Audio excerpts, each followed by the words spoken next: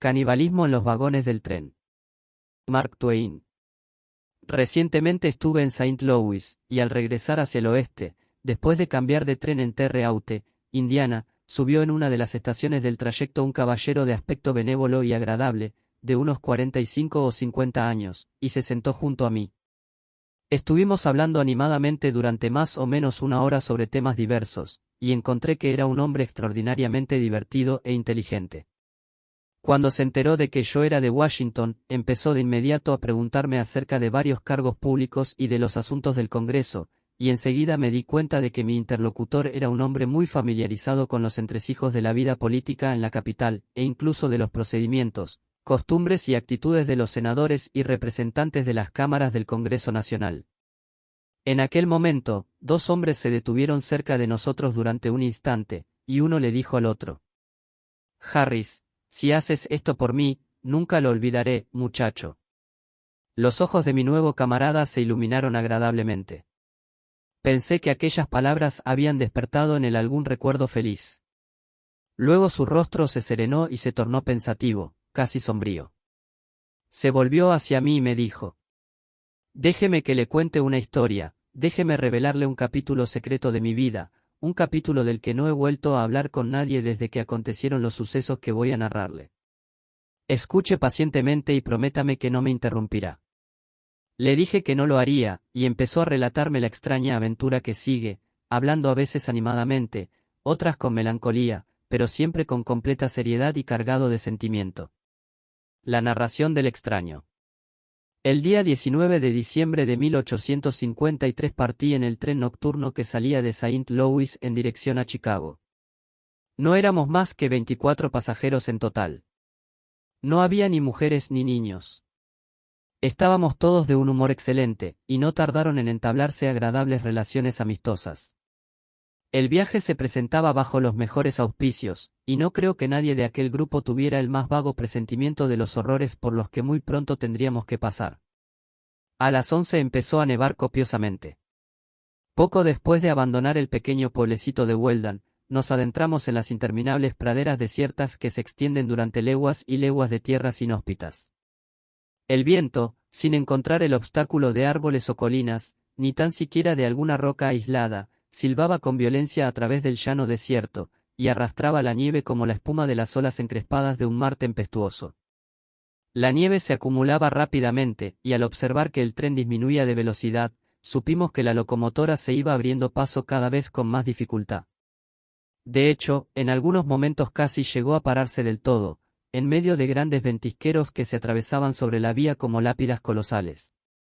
La conversación empezó a decaer. La alegría se trocó en grave preocupación. La posibilidad de quedar atrapados en la nieve en la pradera desierta, a 50 millas de la casa más cercana, se representó en la mente de todos y fue extendiendo su depresiva influencia sobre nuestros espíritus. A las 2 de la mañana fui despertado del inquieto sueño en que me había sumido al darme cuenta de que a mi alrededor había cesado todo movimiento. La horrible verdad cruzó como un relámpago por mi mente: estábamos bloqueados por la nieve. Todo el mundo al rescate. Y todos nos apresuramos a obedecer. Al salir a la lúgubre oscuridad de la noche, con la nieve azotándonos bajo la incesante tempestad, el corazón nos dio un vuelco a todos, asaltados por la certeza de que perder un solo momento podría acarrearnos la muerte. Palas, manos, tablas, cualquier cosa, todo lo que pudiera desplazar la nieve, se puso al momento en acción. Era una estampa ciertamente extraña, ver a aquel reducido grupo de hombres luchando frenéticamente contra la nieve amontonada, con sus siluetas oscilando entre la más negra penumbra y la luz airada del reflector de la locomotora. Bastó apenas una hora para comprobar que nuestros esfuerzos eran completamente inútiles. En cuanto retirábamos un ventisquero, la tormenta volvía a obstaculizar la vía con una nueva docena. Y, para colmo de males, descubrimos que en la última carga que la locomotora había llevado a cabo contra el enemigo, se habían roto las bielas de las ruedas. Aun cuando lográramos despejar la vía, no podríamos proseguir el viaje. Volvimos a subir al vagón, extenuados por el trabajo y totalmente abatidos. Nos reunimos en torno a las estufas para evaluar detenidamente nuestra situación. No teníamos provisiones de ningún tipo, esa era nuestra mayor desgracia. No corríamos riesgo de congelarnos, ya que llevábamos gran cantidad de leña en el furgón. Ese era nuestro único consuelo. La discusión llegó a su fin cuando aceptamos la descorazonadora conclusión del conductor: caminar 50 millas a través de una tempestad de nieve como aquella representaría la muerte para cualquiera que lo intentara. No podíamos enviar a nadie a buscar ayuda, e incluso si lo hiciéramos no lo conseguiría. Teníamos que resignarnos y esperar, con toda la paciencia que pudiéramos, a que llegara el auxilio, o a morir de hambre. Creo que hasta el corazón más endurecido que allí pudiera haber experimentó un momentáneo escalofrío al oír aquellas palabras. Al cabo de una hora la conversación se extinguió hasta convertirse en un débil murmullo aquí y allá del vagón, que se percibía a intervalos entre las ráfagas de viento. La luz de las lámparas fue bajando, y la mayoría de los náufragos se refugiaron entre las sombras oscilantes para pensar, para olvidar el presente, si podían, y para dormir, si lo lograban. La noche eterna, sin duda nos lo pareció a nosotros, fue desgranando lentamente sus horas hasta que por fin, al este, despuntó el gris y frío amanecer.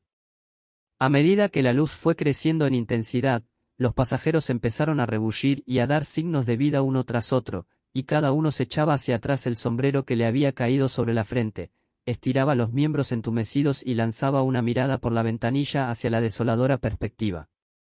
Y era realmente desoladora.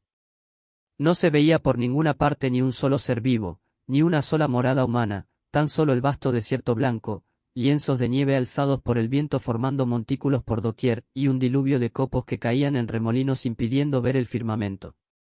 Durante todo el día deambulamos arriba y abajo por los vagones, entregados a nuestros pensamientos y hablando muy poco. Otra noche monótona e interminable, y el hambre. Otro amanecer, otro día de silencio, de tristeza, de hambre atroz, de inútil espera de un auxilio que no podía llegar. Una noche de inquieto duermevela, lleno de sueños de festines, y el descorazonador despertar entre retortijones de hambre. Llegó y transcurrió el cuarto día, y el quinto. 5 días de horrible encarcelamiento. Un hambre salvaje se traslucía en todas las miradas. Todas reflejaban el brillo de una espantosa idea, el presentimiento de algo que iba adquiriendo una forma imprecisa en la mente de todos, algo que ninguna boca se atrevía a convertir en palabras. Transcurrió el 6.º día, el 7.º amaneció sobre el grupo de hombres más demacrados, macilentos y desesperados que jamás hayan estado a la sombra de la muerte. Había que decirlo ya. El sombrío pensamiento que había estado germinando en la mente de todos estaba dispuesto por fin a aflorar a los labios. La naturaleza había forzado hasta el extremo, tenía que ceder. Richard H. Gaston, de Minnesota, alto y de una lividez cadavérica, se levantó. Todos sabían lo que iba a venir. Todos estaban preparados, toda emoción, toda expresión de excitación frenética se había serenado, y solo una seriedad tranquila y pensativa se traslucía en los ojos que tan salvajes habían mirado últimamente. Caballeros, no se puede postergar por más tiempo. Ha llegado el momento. Debemos determinar quién de nosotros ha de morir para proporcionar alimento a los demás. El señor John J. Williams, de Illinois, se levantó y dijo: caballeros, propongo al reverendo James Auger, de Tennessee. El señor W.M. R. Adams, de Indiana, dijo: yo propongo al señor Daniel Sloat, de Nueva York. El señor Charles J. Langdon: yo propongo al señor Samuel A. Bowen, de Saint Louis. El señor Slote: caballeros, yo deseo declinar mi nombramiento en favor del señor Iona Van Nostrand, Jr., de Nueva Jersey. El señor Gaston: si no hay objeción, se accederá al deseo del caballero. El señor Van Nostrand objetó, y la renuncia del señor Sloat fue desestimada. También los señores Auger y Bowen declinaron su designación, pero fueron desestimadas sobre las mismas bases. El señor A. L. Bascom, de Ohio: propongo que se cierre la lista de las candidaturas y que la asamblea empiece la votación para la elección. El señor Sauger: caballeros, protesto enérgicamente contra este procedimiento. Es, bajo cualquier punto de vista, irregular e improcedente. Propongo desestimarlo inmediatamente y que elijamos a un presidente de la asamblea, asistido por los cargos correspondientes, y luego podremos abordar el asunto que nos ocupa con toda ecuanimidad. El señor Bell, de Iowa: caballeros, protesto. No es este momento para detenerse en formalismos ni en consideraciones protocolarias. Durante más de 7 días hemos estado privados de alimento. Cada momento que perdemos en inútiles discusiones no hace más que acrecentar nuestro infortunio. Yo estoy conforme con las designaciones que aquí se han hecho, y creo que todos los caballeros presentes también lo están. Por mi parte, no veo por qué no hemos de proceder inmediatamente a elegir a uno o varios de los designados. Deseo ofrecer mi resolución. El señor Gastón, también esta sería protestada, y nos pasaríamos todo el día discutiendo las normas, lo cual no haría más que aumentar el retraso que usted desea evitar. El caballero de Nueva Jersey. El señor Van Nostrand, caballeros, soy extranjero entre ustedes, no he buscado la distinción que me ha sido conferida, y siento una cierta desazón. El señor Morgan, de Alabama, interrumpiéndole, yo me decanto por la propuesta anterior. La moción se llevó a cabo y naturalmente, el debate se prolongó. Se aprobó la propuesta de elegir cargos, y se constituyó una asamblea formada por el señor Gastón como presidente, el señor Blake como secretario, los señores Holcomb, Jerry Baldwin como miembros del comité de candidaturas, y el señor R.M. Howland como proveedor, para asistir al comité en las nominaciones. Se acordó tomar un receso de media hora, durante el cual se pudo oír cierto rumoreo. Al sonar el aviso, la asamblea volvió a reunirse y el comité designó como candidatos a los señores George Ferguson, de Kentucky, Lucien Herman, de Luisiana, y W. Messick, de Colorado. La propuesta fue aceptada. El señor Rogers, de Missouri, señor presidente, una vez presentada debidamente la candidatura ante la asamblea, propongo una enmienda a la misma para sustituir el nombre del señor Herman por el del señor Lucius Harris, de Saint Louis, a quien todos conocemos bien y tenemos en gran estima por su honorabilidad. No quisiera que se me entendiera como que pretendo empañar la valía y la posición del caballero de Luisiana, nada más lejos de mi intención. Lo respeto y estimo tanto como puede hacerlo cualquiera de los caballeros aquí presentes, pero ninguno de nosotros puede negarse a la evidencia de que, durante la semana que hemos permanecido aquí encerrados, ha perdido más carnes que cualquiera de nosotros. Nadie puede cerrar los ojos ante el hecho de que el comité no ha cumplido con su deber, ya sea por negligencia o por alguna falta más grave, al elegir por sufragio a un caballero que, por puros que sean los motivos que lo animan, tiene muy poco alimento que ofrecernos. El presidente, el caballero de Missouri, debe sentarse inmediatamente. La presidencia no puede permitir que se ponga en entredicho la integridad de este comité, salvo que se haga siguiendo el cauce habitual y ateniéndose a las reglas. ¿Qué decisión toma la Asamblea con respecto a la moción del caballero? El señor Halliday, de Virginia, yo propongo una nueva enmienda a las designaciones, para sustituir al señor Messick por el señor Harvey Davis, de Oregón. Tal vez algunos caballeros aducirán que las durezas y las privaciones de la vida en un estado fronterizo han endurecido algo al señor Davis, pero, caballeros, ¿es este el momento de pensar en durezas? ¿Es este el momento de ponerse quisquillosos con trivialidades? ¿Es este el momento de discutir acerca de asuntos de mezquina insignificancia? No, caballeros, lo que necesitamos ahora es corpulencia, sustancia, peso, corpulencia. Estos son ahora los requisitos supremos, y no el talento, ni el genio, ni la educación. Insisto en mi moción. El señor Morgan, muy excitado, señor presidente, me opongo rotundamente a esta enmienda. El caballero de Oregón es viejo, y además es corpulento solo de huesos, no de carne. Yo pregunto al caballero de Virginia, ¿es caldo lo que queremos o una buena sustancia sólida? ¿Es que quiere embaucarnos con una sombra? ¿Quiere burlarse de nuestros sufrimientos dándonos un espectro de Oregón? Yo le pregunto si puede mirar a los rostros angustiados a su alrededor, si puede mirar directamente a nuestros tristes ojos, si puede escuchar el latido de nuestros corazones expectantes, y aún así pretender que nos conformemos con ese fraude medio muerto de hambre. Yo le pregunto si puede pensar en nuestro desolador presente, en nuestras pasadas amarguras, y en nuestro lúgubre futuro, y aún así arrojarnos despiadadamente este despojo, esta ruina, esta piltrafa, este huesudo y correoso vagabundo de las inhóspitas costas de Oregón. Ah, no. Jamás. Aplausos. Después de un reñido debate, la moción fue sometida a votación y rechazada. Luego se discutió la designación como sustituto del señor Harris en virtud de la primera enmienda. Se procedió a la votación. Se llevaron a cabo 5 escrutinios, sin resultado. Al sexto salió elegido el señor Harris, habiendo votado todos por él, excepto el mismo. Se propuso entonces que su elección fuera ratificada por unanimidad, lo cual no fue posible, ya que volvió a votar contra sí mismo. El señor Radby propuso que la asamblea procediera a elegir entre los candidatos restantes al que serviría como desayuno al día siguiente. El proceso se llevó a cabo. En la primera votación se produjo un empate, la mitad de los miembros se decantó por un candidato a causa de su juventud, y la otra se decantó por otro a causa de su mayor corpulencia. El presidente otorgó el voto decisivo a este último, el señor Messick.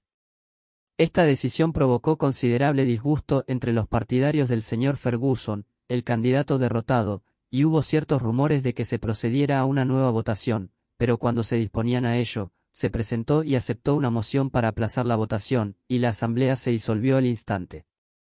Durante un buen rato, los preparativos para la cena distrajeron la atención de los partidarios de Ferguson del debate acerca de la afrenta recibida, y luego, cuando quisieron retomarlo, el feliz anuncio de que el señor Harris estaba ya listo acabó con toda intención de seguir discutiendo. Improvisamos varias mesas con los respaldos de los sillones del vagón y nos sentamos a ellas con el corazón pleno de agradecimiento para disfrutar de la magnífica cena por la que suspirábamos desde hacía 7 torturadores días. Cómo cambió nuestro aspecto del que presentábamos hacía apenas unas horas. Hasta entonces, impotencia, hambre, ojos de triste desdicha, angustia febril, desesperación y, en un momento, agradecimiento, serenidad, un goce demasiado intenso para ser proclamado. No me equivoco al decir que fue la hora más dichosa de mi atribulada existencia. El viento aullaba fuera, haciendo que la nieve golpeara furiosamente contra nuestro vagón cárcel, pero ni uno ni otra podían hacernos sentir ya desgraciados. Harris me gustó. Sin duda podría haber estado un poco más hecho, pero puedo asegurar que nunca he hecho tan buenas migas con un hombre como con Harris, y que nadie me ha proporcionado nunca tan alto grado de satisfacción. Messick también estuvo muy bien, aunque quizá tenía un gusto un poco fuerte, pero como auténtico valor nutritivo y fibra delicada, nadie como Harris. Messick tenía sus buenas cualidades, no es mi intención negarlo ni pienso hacerlo, pero era tan adecuado para un desayuno como lo hubiera sido una momia, nada. ¡Qué delgadez! ¡Y qué duro! Ah, estaba durísimo. No puede usted imaginarse hasta qué extremo. Es que no puede ni imaginárselo. ¿Me está usted diciendo qué? Por favor, no me interrumpa. Después de desayunar, elegimos a un hombre llamado Walker, de Detroit, para cenar. Era exquisito. Así se lo conté por carta a su mujer. Era digno de todo elogio. Siempre me acordaré de Walker. Sabía un poco extraño, pero suculento. Y a la mañana siguiente tuvimos a Morgan, de Alabama, para desayunar. Era uno de los hombres más deliciosos que he tenido el gusto de conocer, apuesto, educado, refinado, hablaba perfectamente varias lenguas, un perfecto caballero. Todo un caballero, y singularmente sabroso. Para cenar tuvimos aquel patriarca de Oregón, y vaya un fraude, no hay discusión posible, viejo, correoso, duro, nadie puede imaginarse hasta qué punto. Así que acabé diciendo, caballeros, ustedes harán lo que les parezca, pero yo estoy dispuesto a esperar a que se haga otra elección. Y Grimes, de Illinois, dijo, caballeros, yo voy a esperar también. Cuando elijan a alguien que verdaderamente tenga algo que lo merezca, me uniré a ustedes con mucho gusto. Pronto se hizo patente el desagrado general respecto a Davis, de Oregón, así que, para conservar la buena armonía que tan agradablemente había imperado desde Harris, se convocó otra elección que dio como resultado la designación de Baker, de Georgia.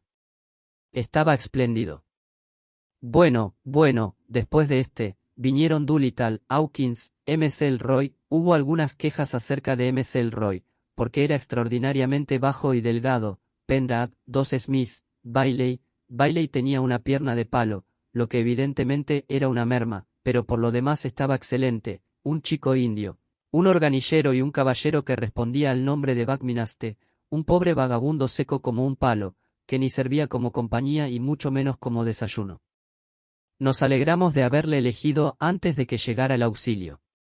Así que por fin llegó el bendito auxilio. Sí, llegó una mañana clara y soleada, justo después de una votación. El elegido fue John Murphy, y puedo asegurar que él habría sido el mejor de todos, pero John Murphy regresó con nosotros en el tren que vino a socorrernos, y vivió para casarse con la viuda de Harris. La viuda de... La viuda de nuestra primera elección. Se casó con ella, y ahora es un hombre feliz, respetado y próspero. Ah, fue como una novela, señor, como una auténtica novela. Esta es mi parada, señor. Ahora debo despedirme. Cuando considere usted oportuno pasarse 1 o 2 días por mi casa, estaré encantado de recibirlo. Me gusta usted, señor. Hasta diría que le he tomado cierto afecto.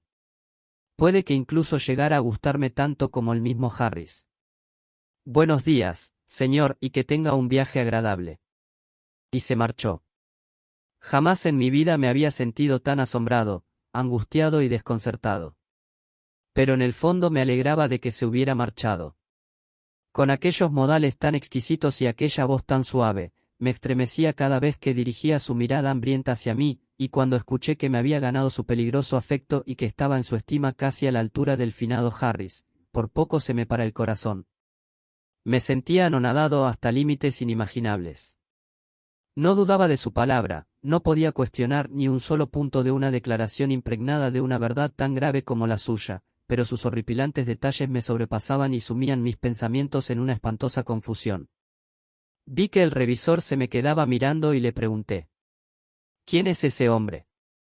En otro tiempo fue miembro del Congreso, y uno de los buenos. Pero en una ocasión se quedó atrapado en un tren durante una gran nevada, y al parecer casi murió de hambre. Quedó tan trastornado por el frío y tan consumido por la falta de alimento, que después de aquello perdió la cabeza durante 2 o 3 meses. Ahora está bien, solo que es monomaníaco, y cuando habla de aquel viejo asunto no hay manera de pararle hasta que se ha comido todo el cargamento humano de aquel vagón. Si no llega a tener que apearse, a estas horas ya habría acabado con toda la gente del tren. Se sabe sus nombres tan de corrido como el abecedario. Cuando se los ha comido a todos y solo queda él, entonces siempre dice: habiendo llegado la hora de la habitual elección para el desayuno, y al no encontrar ningún tipo de oposición, salí debidamente elegido, tras lo cual, al no plantearse ninguna objeción, renuncié. Por eso estoy aquí. Me sentí indeciblemente aliviado al saber que solo había estado escuchando las inofensivas divagaciones de un demente, en lugar del relato de la experiencia real de un caníbal sanguinario. Fin.